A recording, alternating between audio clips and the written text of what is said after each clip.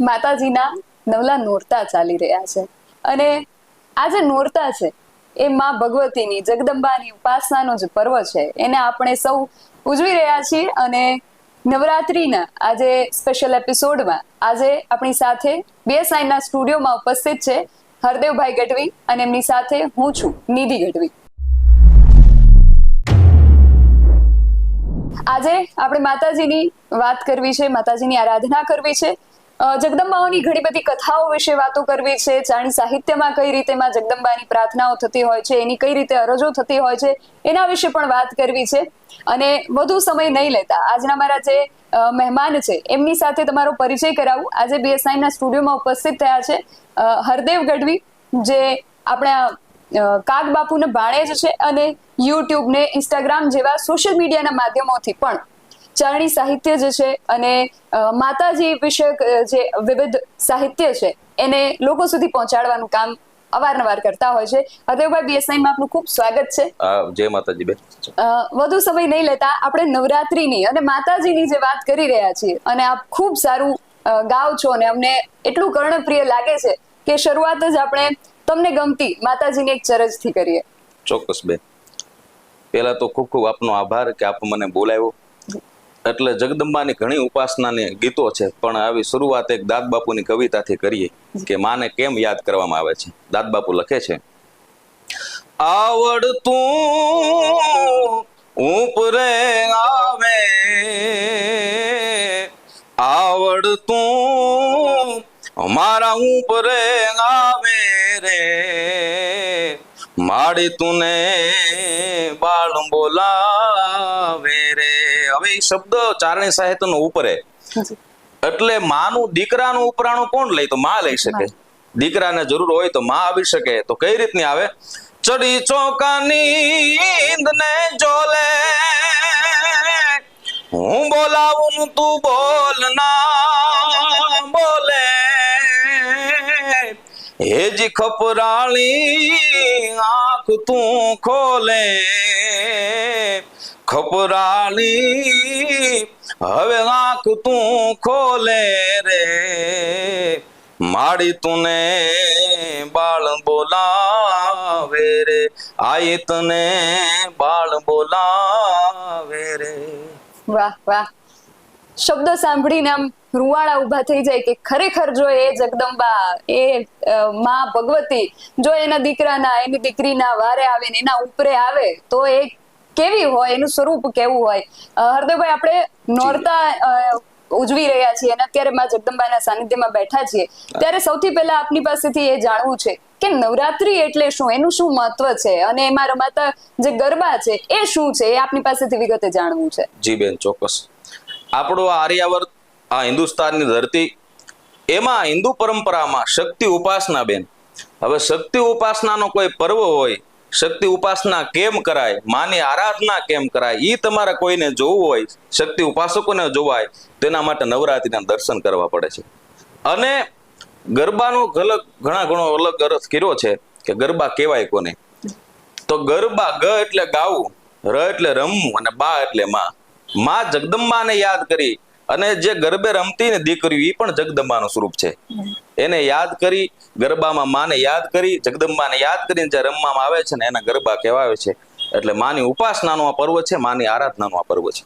વાહ. તો માતાજીની આરાધના કરતા કરતા ફરી આગળ વધીએ તો તમને ગમતો એવો કોઈ ગરબો જો અમારા દર્શકો માટે તમે રજૂ કરો. વાહ વાહ. આપણે અત્યારે તો ઘણા બધા ગરબા ગવાય છે, ઘણા બધા લોકો ગાય છે, પણ આપણી પરંપરાથી હેમુભાઈ ગઢવી જે ગરબા ગાતા હતા એમાંનો એક કડી સંભળો આપણને કે ગરબા કેવાય.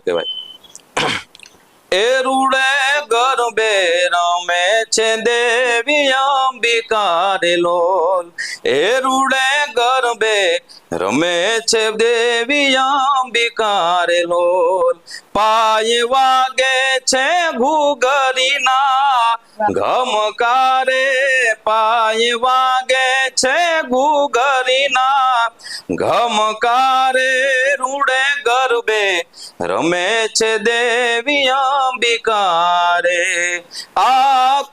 આકાશમાંથી શિવ જોવા આવ્યા રે લોલ, એ આકાશમાંથી શિવ જોવા આવ્યા એ સાથે દેવી પાર્વતીને લાવ્યા રે, સાથે દેવી પાર્વતીને લાવ્યા રે, રૂડે ગરબે રમે છે દેવી અંબિકા રે લોલ, એ રૂડે ગરબે રમે છે દેવી અંબિકા રે લોલ.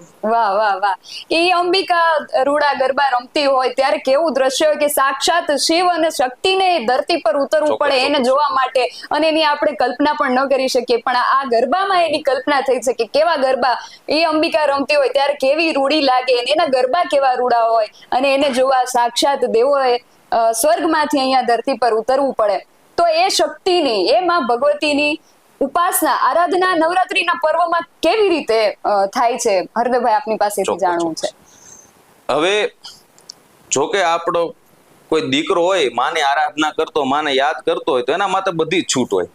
જે કાલાવાલા કરે, કે જે રીતની આરાધના કરે, તો માં તો એના માટે હાજર જ હોય. કારણ તો મોઢે બોલું માં, ત્યાં તો કોઠાને ટાઢ કાગડા. આખર એક જતા મારે ક્રોડે અક્ષરના કામના, પણ મોઢે બોલું માં, ત્યાં તો કોઠાને ટાઢ કાગડા. માં છે એ તો દયાનો સાગર છે. હવે એમાં કોઈ વિદ્વાન પ્રકાંડ પંડિત હોય અને ઈ જયારે જગદંબાને યાદ કરતો હોય, તો દુર્ગા પાઠમાં એવું લખ્યું છે કે ઓમ જ્ઞાને નામ અભિચેતાંસ દેવી ભગવતી હિસાબલાદા કૃષ્ણ મોહ માયા મહામાયા પ્રિયચ્છતી, અને દુર્ગે સ્મૃતા હર્ષિ ભીતિમ શેષ જંતો સ્વસ્તે સ્મૃતામતિ મતિ શુભામ દદાસી, અને દારિદ્ર્ય દુઃખ ભય હારણી કાતુ ધન્ય. એમાં દારિદ્ર દુઃખ અને ભયનું છે ને તો હરણ કરનારી છું. કોઈની તાકાત નથી કે તારા જે સેવક હોય, તારી જે ઉપાસના કરતા હોય, એની સામું દારિદ્ર્ય આવી શકે, એની સામું કોઈ દી દુઃખ આવી શકે. અને માણસ દુશ્મનથી ઘેરાયેલો હોય ને, તો એની રક્ષા છે ને જગદંબા વચ્ચે કરતી હોય. એટલે એવી જગદંબા છે. કોઈ બ્રાહ્મણ ગાતો તો એમ ગાય, અમારા કોઈ ચારણો છે એ છંદમાં એની ઉપાસના કરતા હોય, તો કઈ રીતની ઉપાસના કરતા હોય? એક અદભુત છંદ છે, કાગબાપુ લખેલો છંદ છે, કે જગદંબા છે કેવી. કસિયાવર કમાર શ્રોણિત સમાર ધારણ ત્રિણ જાગે ધરવા ડાઢાણ દોડાય, માંડાઈ મોઢાઈ પાન રગદડ કોંકરવા, જગ કાળિય જાડોઈ બ્રોધામ બાડોઈ, અને પીધોઈ પાડોઈ લોયણિયું વડિયું વાકરાળિયું, રૂપ રઢાળિયું લોબડી જાળિયું ચારણિયું જી, લોબડી જાળિયું ચારણિયું, હઠ લેવળ ઘોળાઈ અને ગાવત ઘોળાઈ, તોળંગ તોળાઈ આપ તણા કરતી કિલોળાઈ, આજંગ તોળાઈ તાકત ટોળાઈ વારણ રામ, કરડાઈ કંકોળાઈ ગાઢા તંગોળાઈ, અને રૂપ બંબોળાઈ જોગણિયું વડિયું વાકરાળિયું, રૂપ રઢાળિયું લોબડી જાળિયું ચારણિયું જી, લોબડી જાળિયું ચારણિયું. આમ કોઈ ઉપાસના કરે ને, એ જ ઉપાસના જયારે ચરજમાં કરતા એ માની આરાધના. ભગત બાપુ લખે છે કે માં મોગલ છો કેવી તું, માડી તારા ખાંડા ને એ ખડગ રણમાં ખડ ખડ્યા, ભાઈ તારા ખાંડા ને એ ખડગ રણમાં ખડ ખડ્યા, એ ભાઈ ત્યાં તો લડિયા એવી નાના લશ્કર ભાગ્યા રે, મચરાળી મોગલ ગાંડી થઈ ડણકી રે ડુંગર ગાળીએ. આ રીતની આરાધના થતી, શક્તિ ઉપાસનાની આરાધના થતી, પણ માં તો ગમે એને સ્વીકારવા વાળી જગદંબા છે. આ રીતના નવરાત્રીની જગદંબાની આરાધના થતી. વાહ. માતાજીને વિકરાળ સ્વરૂપને આપે વર્ણન કર્યું, પણ આપણે ક્યારેક જોતા હોઈએ છીએ કે એ કરુણાનો સાગર, એ શક્તિ, ક્રોધ અને કરુણાનો સમન્વય કહેવાય, એ માં ભગવતી. તો આપણે એના વિકરાળ સ્વરૂપનું જે વર્ણન કર્યું, હવે મારે તમને કહેવું છે કે એની કરુણાનું તમે વર્ણન કરો. વાહ વાહ. બેને વાત કરી, ચોક્કસ વાત. મેં હમણાં ભગત બાપુની કડી ગાય છે, એમાં જ એનો જવાબ છે. માડી તારો માર કણો એ મોરો ને જોણી કરી. માનું તમે બાહ્ય ચિત્ર જુઓ તો એવું લાગે કે વૈરાટ સ્વરૂપ છે, એની નજરો આપણી ટૂંકી પડે જોવા માટે, એવી જગદંબા છે. પણ આપના માધ્યમથી, BS9 ના માધ્યમથી કહું છું કે પોલીસ ખાતું છે ને, એને બીક કોની લાગે? પોલીસ ખાતાની, કે જે ગુનેગાર છે, તોમકદાર છે, જેને ક્યાંક ખરાબ કરવું છે, એને બીક છે. એ મા તત્વ, મા જગદંબા છે, એને બીક કોની છે? જેને કઈ ખરાબ કરવું છે, પરંપરામાં હાલવું નથી, એને જગદંબાની બીક લાગે. પણ સાંભળજો, ભગત બાપુએ કીધું છે, એક કડી મેં એ વાત કરી કે મારી તારો મારકણો મોરો અને જોણી આ કરી. એ બાઈ તારા કાળજડા મશરૂમ થી છે હાવું, કુણા રે મચરાળી મોગલ, ગાંડી થઈ ડાણકી રે ડુંગર ગાળીએ. અને બેના માના વૈરાટ સ્વરૂપ અને માં કરુણા વાળી કઈ રીતની છે એના બે નાના એવા પ્રસંગ લઈ લો, બધાને બધા પ્રેક્ષકોને બહુ આનંદ થશે. આપણે કીર્તિદાનભાઈ ગઢવી, જે અત્યારે બહુ સમર્થ નામ છે એમનું ડાયરામાં, એમનું વાળુવડ ગામ બેન.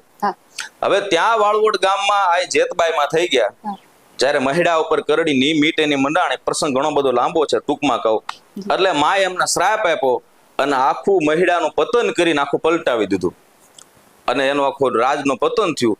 આ એક માનું વૈરાટ સ્વરૂપ શક્તિનું. અને બીજું સ્વરૂપ કયું છે, અયાવજના પાદરમાં હાથ નાની નાની દીકરીઓ છે, કોઈ ઘોલકે રમે છે, કોઈ ભાગલે રમે છે, કોઈ જગદંબાની સરજુ ગાય છે. ઉદાનમ ગપાનમ નચે હિન જય હિન માતા ન તાતા ન ભ્રાતા સનેહી વિદેહાન દેહાન રૂપાન રેખી નમાયાન કાયાન શ્રાયા વિશેખી ઉદાસી નિવાસી નિવાસી મંડી સ્વરૂપાન વિરૂપા અને રૂપા સુચંડી કમંખાન શંકા અશંકા કહાની હરિકાર શબ્દમ નિરાકાર બાની. એમ જગદંબાને કોઈ આરાધના કરે છે, કોઈ જગદંબાના સરજુ છંદ ગાય છે. એમાં આતાભાઈ ઠાકોર નાથી નીકળ્યા બેન. એટલે ત્યાંથી નીકળી અને જે 7 દીકરી નાની ઘોલ કે ભાગલે રમતી હતી, ગીત ગાતી ને એને ઊંચો હાથ કરીને જય માતાજી કીધું. એટલે 6 દીકરી જવાબ આપ્યો કે જય માતાજી. એટલે દરબારે કીધું કે તમે 6 દીકરી જવાબ આપ્યો, આ એક દીકરી હાથમી બોલતી કેમ નથી? એ બેરી છે, મૂંગી છે, એને સાંભળવું નથી?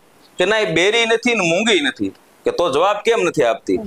2-3 વખત કીધું ને એટલે જગદંબા ખોડિયાર એ જ્યારે રમતા હતા, ચરજુ ગાતા હતા, એને આમ નજર કરી અને કીધું કે આતાભાઈ હું બોલી ભલે નથી પણ અત્યારે એક જ હાકલે તને છે ને 1800 પાદર દઈ દીધા છે. હે કે એક હાકલે 1800 પાદર તને દઈ દીધા છે. એટલે રાજપૂત છે ઘોડાથી હેઠો ઉતરી અને કાયરના હાથમાંથી જેમ લાકડી પડી જાય એમ જગદંબાના શરણોમાં પડી ગયો. એટલે કહેવાનો અર્થ એટલો છે કે માના 2 સ્વરૂપ છે. માં રાજી થાય તો તમને રાજમહેલના રાજપાટ પણ આપી શકે અને એની કફરી મીટ મંડાય તો પતન પણ કરી શકે. પણ જગદંબા તો દયાનો સાગર છે. વાહ, આ એ જગદંબા કે જે રીજે આપે રાજ અને રીજે વાળે દાટ. પણ આ જગદંબાને તમે જે રીતે વર્ણન કર્યું કે કઈ રીતે એની ઉપાસના કરાય, પણ મારે એ પણ જાણવું છે કે ક્યારે એની ઉપાસના કરાય. આ જગદંબાની ઉપાસના કરવી એ ક્યારે કરવી, એનો શું સમય ને ક્યારે એને બોલાવાય, ક્યારે એને શું કરાય, એ પણ આપની પાસેથી જાણવું. વાહ વાહ, બહુ સરસ પ્રશ્ન આપ્યો કે માને યાદ ક્યારે કરાય. જ્યારે ત્યારે માને યાદ ન કરાય. વઢવાણ બચુ બાપુ એવું કહેતા હતા કે તમારા ગાડીમાં પંચર પડી જાય માને યાદ ન કરાય, એનો એક સમય માને યાદ કરવાનો. અમારે પાલુ ભગતે એક સુંદર પંક્તિ લખી છે કે એનું મીટર આપ્યું છે કે માને ક્યારે યાદ કરાય. કીધું છે કવિતામાં, બાળક સૂતો પારણા માએ નો બાપ ધીંગાણે લડે. બાળક સૂતો પારણા માએ નો બાપ ધીંગાણે લડે. મરમ સાચવવા માવડી એની, મરમ સાચવવા માવડી એની, જય સીતાએ ચડે ખુલી એની રાખવા ડેલી. હવે મોગલ માં આવને વેલી, ખુલી એની રાખવા ડેલી, ખોનલ માં આવને વેલી.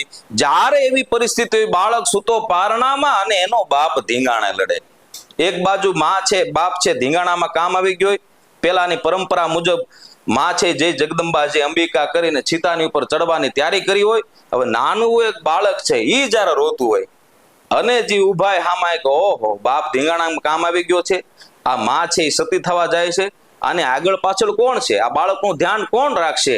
ઈ વખતે જગદંબાને યાદ કરવામાં આવે છે.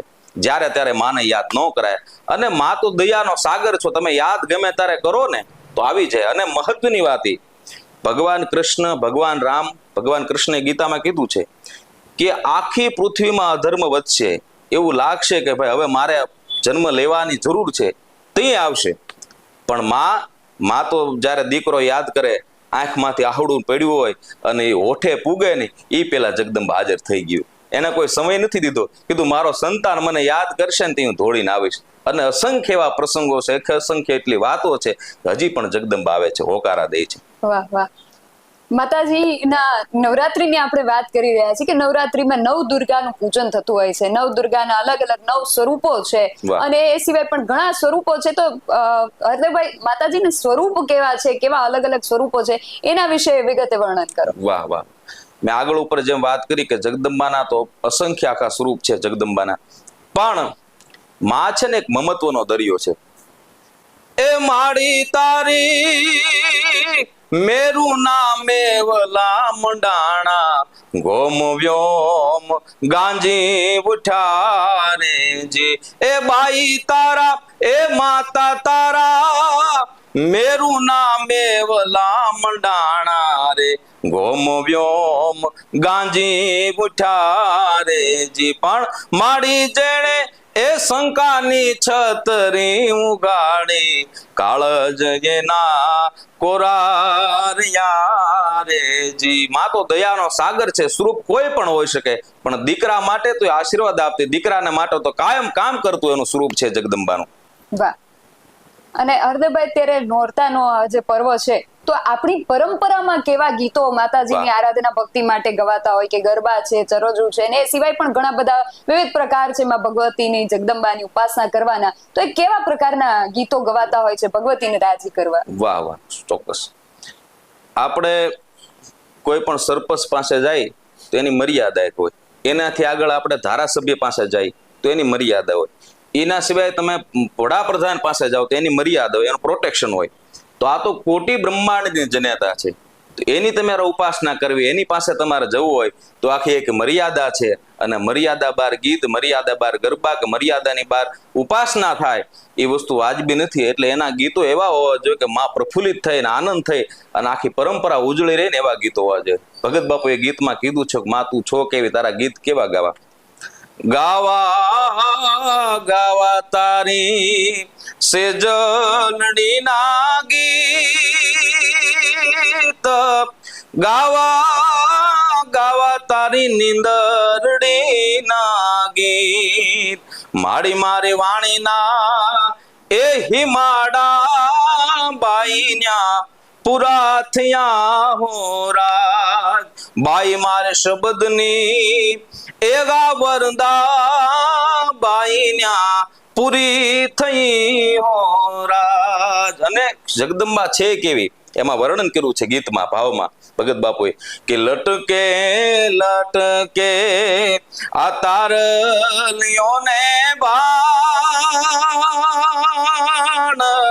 એ લટકે લટકે આખું જો બ્રહ્માંડ, અને સાગર રાણો એ વગાડે નવલખ નોબ તું હો રાજ. અસાગર રાણો એ વગાડે નવલખ નોબ તું હો રાજ. ને એક અદ્ભુત છેલ્લી પંક્તિ છે, અને આખો પ્રાણ, જે કવિતાનો પ્રાણ કહેવાય, આ ગીતનો ભાવ ગીતનો પ્રાણ કહેવાય, કે માને કોક જ જાણી શકે. ભાગશાળી માણસ છે ને જગદંબાને જાણી શકે. કોક જ જાણે કાગ એ માડી તુને, કોક જ જાણે કાગ, કોક જ જાણે કાગ માડી તારા મુખડા કોકે જ દીઠા કાગ. માડી તમે રુદિયે એ બિરાજો ને જંપો મારી જીભડીએ હો રાજ.